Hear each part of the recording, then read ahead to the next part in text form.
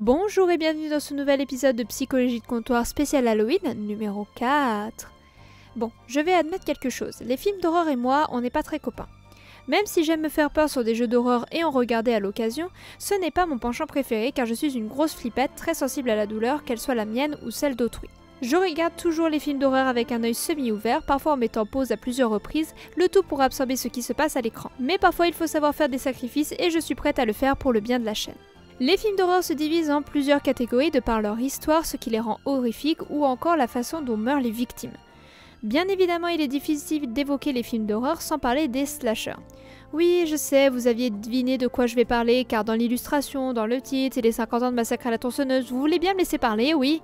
Bon, à vrai dire, le fait que ce film fête ses 50 ans cette année était une pure coïncidence, mais bon, ça tombe bien, donc je vais en discuter. Alors avant de vraiment commencer comme d'habitude, je me dois de faire un petit avertissement pour cet épisode. Si le titre Massacre à la tronçonneuse ne vous avait pas mis la puce à l'oreille, sachez que cet épisode peut contenir des scènes violentes, sanguinolentes et pas forcément agréables à regarder pour tous les yeux. Même les miens, c'est vous dire. Je vous invite donc à ne pas regarder cette vidéo si vous pouvez être choqué par ce genre de contenu et si vous préférez, allez écouter le podcast fait pour l'occasion comme je le fais à chaque fois. Le lien est dans la description. Je précise aussi que je vais m'intéresser surtout au premier volet de chaque série principalement pour développer sur certains aspects que la saga ont apportés par la suite. Maintenant, à vous les petits adorateurs de gore. Comme je le disais, les slashers sont une catégorie du genre horrifique du cinéma. C'est un genre qui a surtout vécu son âge d'or avant les années 2000, qui a subsisté en prolongeant les sagas de grandes icônes du genre et qui revient aujourd'hui avec de nouveaux tueurs comme Maxine ou encore Art le Clown. Mais de ce que j'ai pu voir, le slasher se divise lui aussi en deux catégories. D'un côté, on a les tueurs en chair et en os. Par là, je sous-entends des tueurs humains et vivants comme Michael Myers, Leatherface ou encore les tueurs de la saga Scream. Il y a beaucoup de guillemets dans ma voix, mais on y reviendra plus tard.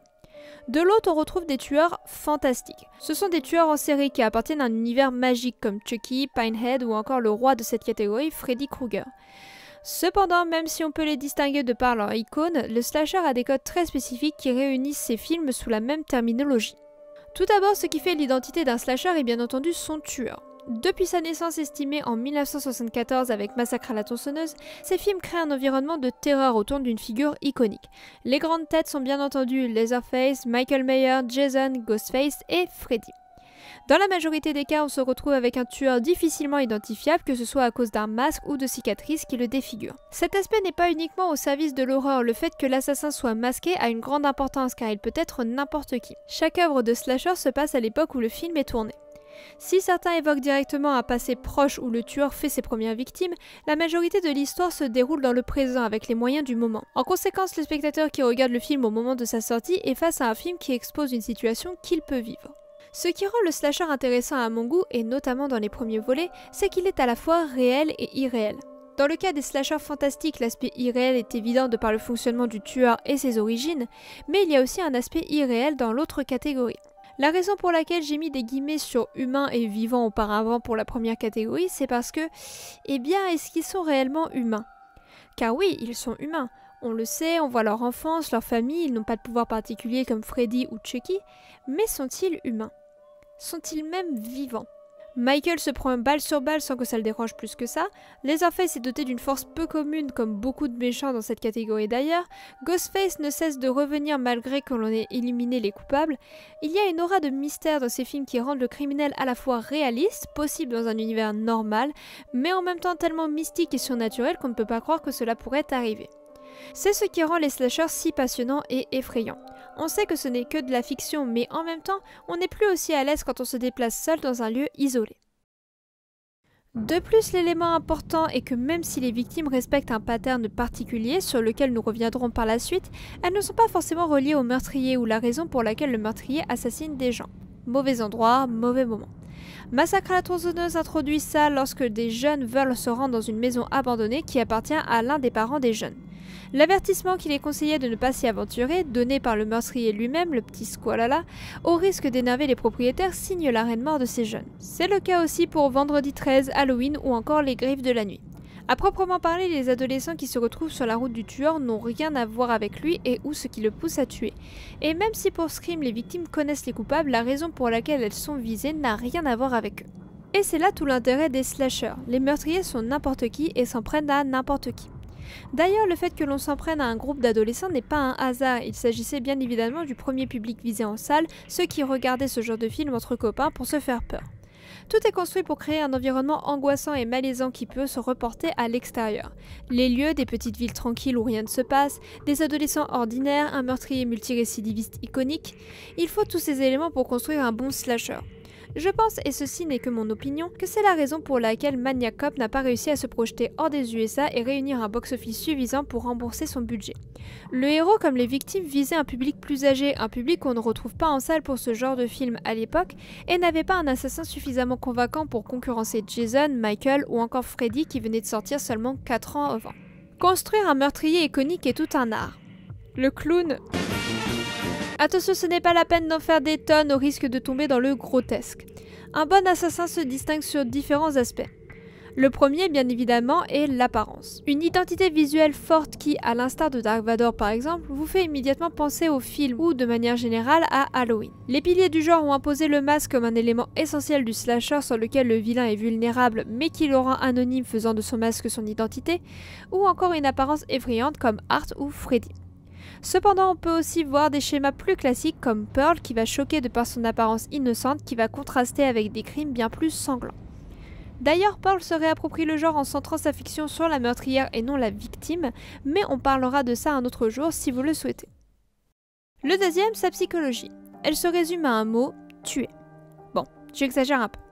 Au début du genre, le meurtrier n'a aucune identité psychologique. On se retrouve avec un monstre sanglant, muet pour X raisons, qui va s'en prendre aux gens qui sont sur son chemin dans le seul but de tuer. Et même si on garde ce besoin de tuer dans les veines des personnages des slashers, on y intègre une nouvelle notion dans les années 80, une motivation. En introduisant le personnage de Madame Voorhees qui se construit tel Jerry comme une personne innocente et soudainement sur le chemin de la victime pour l'aider, on ajoute au personnage des slashers une raison pour tuer et une voix pour exprimer ses méfaits. Même si cette raison n'est pas directement en lien avec les victimes du massacre, elle tient souvent de la vengeance, un besoin de faire le mal après avoir souffert soi-même. On perd le mystère d'un personnage énigmatique, incapable d'exprimer ses motivations, pour se pencher sur la pulsion du meurtre qui laisse à penser que, quoi qu'il arrive, si le meurtrier ne s'en prend pas au coupable, c'est qu'il peut s'en prendre à tout le monde. D'ailleurs, et je fais une brève parenthèse à ce sujet, ce qui forge l'identité du meurtrier dans les premiers volets du slasher, c'est qu'il n'évolue pas. Contrairement aux victimes qui évoluent à travers leur traumatisme, de l'innocence au choc de se remettre d'une telle épreuve, le meurtrier reste figé dans ses traits qui font son identité.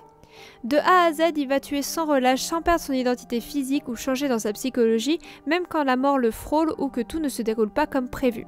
Il est mené par un objectif, tuer. C'est un des rares types de personnages qui ne nécessitent pas d'évolution, ce qui permet aussi de maintenir cet aspect éternel, iconique de la figure meurtrière, une figure immuable qui revient hanter les derniers survivants encore et encore. Aussi, le meurtrier des slashers peut se permettre de ne pas évoluer puisque ce n'est pas lui qui est au centre de l'intrigue, mais la victime qui va devoir se renforcer pour supporter le drame auquel elle fait face. Encore une fois, Pearl fait exception en se réappropriant le genre, mais encore une fois, j'y reviendrai peut-être dans une autre vidéo. Et je ne vais pas développer sur les Surviving Girls car des gens l'ont fait bien mieux avant moi.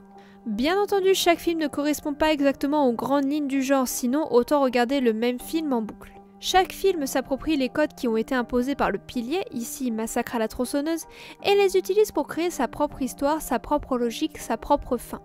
Par exemple, le fait que le meurtrier n'ait pas de réelle connexion avec les victimes ne s'applique pas à Scream puisque les meurtriers s'en prennent à des amis. Cependant, même si les films diffèrent ça et là, il y a des codes importants à respecter pour rentrer dans le cadre d'un slasher et surtout pour en terminer un premier volet. Et cet élément important est, est-ce vraiment la fin ? Que vous décidiez de créer une suite ou de laisser le film tel qu'il est, la dernière personne vivante est dans l'incertitude de s'en sortir indemne. Le meurtrier court toujours, laissant une possibilité que la survivante ne soit pas saine et sauve. Dans le cas de Scream, même si on est certain que le coupable ne reviendra pas, c'est l'identité de Ghostface qui se transmet de tueur en tueur avec son masque iconique rendant le meurtrier éternel. La question que doit alors poser le film à la fin est « Est-ce que le coupable va revenir ? Est-il réellement mort si le ou la survivante l'a tué ?» La survivante est un journal, une mémoire d'un crime et un avertissement pour les prochaines victimes. Du moins, si elles acceptent de la croire. Je conclurai cette analyse de cette façon. Les slashers ont vu énormément de films passer dans leur filet, parfois littéralement. Je me suis intéressée aux piliers, ceux qui ont façonné le genre pour donner les différentes œuvres que nous avons pu avoir à l'écran par la suite, et contrairement à d'habitude, je ne me suis pas intéressée à l'évolution que l'on peut retrouver principalement dans les suites.